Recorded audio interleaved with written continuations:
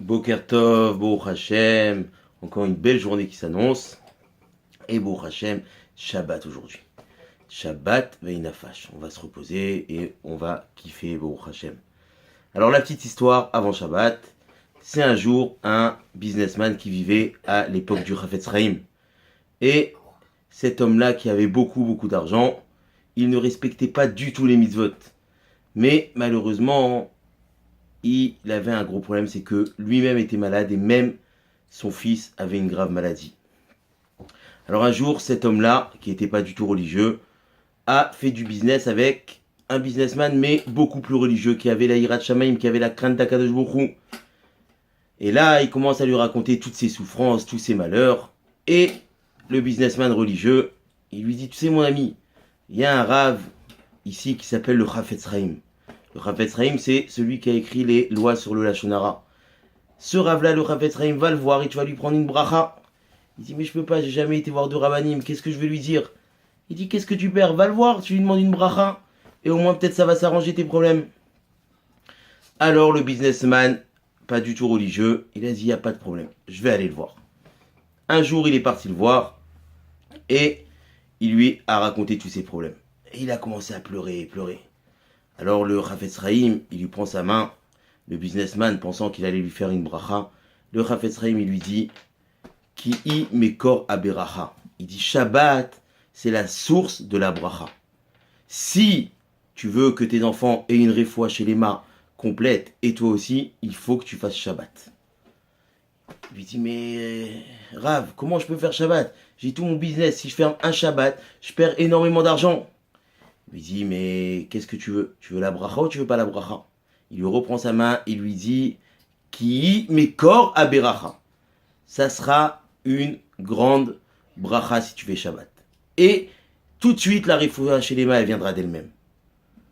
Alors, le businessman, il lui dit, ok Rabbi, il n'y a pas de problème, mais je commence dans 3 semaines. Juste, il faut me laisser le temps un peu d'organiser, et je commence dans 3 semaines. Alors là, le Chafetz Chaim, il lui a dit, écoute mon fils. Il a commencé à pleurer, le Chafetz Chaim. Il lui a dit, si Shabbat, ça dépendait de moi, il n'y a pas de problème. Qu'est-ce que ça me change? Tu commences tout de suite, tu commences dans 3 semaines. Mais Shabbat, ça dépend pas de moi. Shabbat, ça dépend d'Akadosh Baruch Hu. Comment on peut être effronté et être mésalzel, mépriser le Shabbat si Akadosh Baruch Hu, ton père, il t'a demandé de faire Shabbat? Alors là, le businessman, il a compris l'importance du Shabbat. Il a compris que grâce au fait qu'il fera Shabbat, alors là, il aura mekor aberacha. La source de la bracha, ça vient du Shabbat. Et Baruch Hashem, il a pris sur lui de faire Shabbat, et ses enfants et lui-même ont guéri. Donc il faut savoir que quand on dit quelque chose, Chachamim, ils disent qui mekor aberacha, que Shabbat, c'est la source de la bracha, et bien c'est pas des ch'tiotes, c'est pas des bêtises. Tout ce que Chachamim disent, c'est vrai. Et il y a des preuves. Donc, Shabbat, c'est la source de la bracha. Donc, essayons de bien faire Shabbat. Baruch Hashem, on est une communauté où, plus ou moins, chacun essaye de faire au mieux pour faire Shabbat. Mais étudions les halachot, les lois pour faire Shabbat au top et avoir une grande bracha. Alors, on va faire 2 petites halachot très importantes. Il y a 2 mélachot dans Shabbat. La mélacha de Koréa de déchirer et la mélacha de Mechater de couper avec précision. Ça veut dire quoi? Je vous pose une question. Est-ce qu'on peut couper du papier toilette Shabbat? Alors, que ce soit sur les pointillés, parce que ça vient Mechater, c'est couper avec précision, c'est assour. Et même si c'est pas sur les pointillés, de déchirer un papier, c'est assour. Donc dans les 2 cas, c'est assour de déchirer un papier toilette. Pointillé ou pas pointillé. Maintenant, comment on fait alors? Alors le mieux, c'est d'acheter du papier de toilette prédécoupé. Comme ça, au moins, on n'a aucun problème.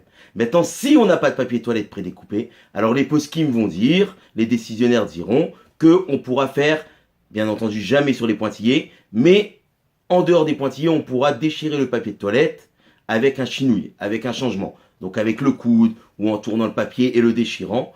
Donc, c'est comme ça qu'il faut faire attention avec le papier de toilette. Halakha très important que les gens ne connaissent pas sûrement. Shabbat Shalom Mevorach et Bezrat Hashem, que de la bracha, sachons prendre ce Mekor Bracha, cette source de bracha. Shabbat Shalom.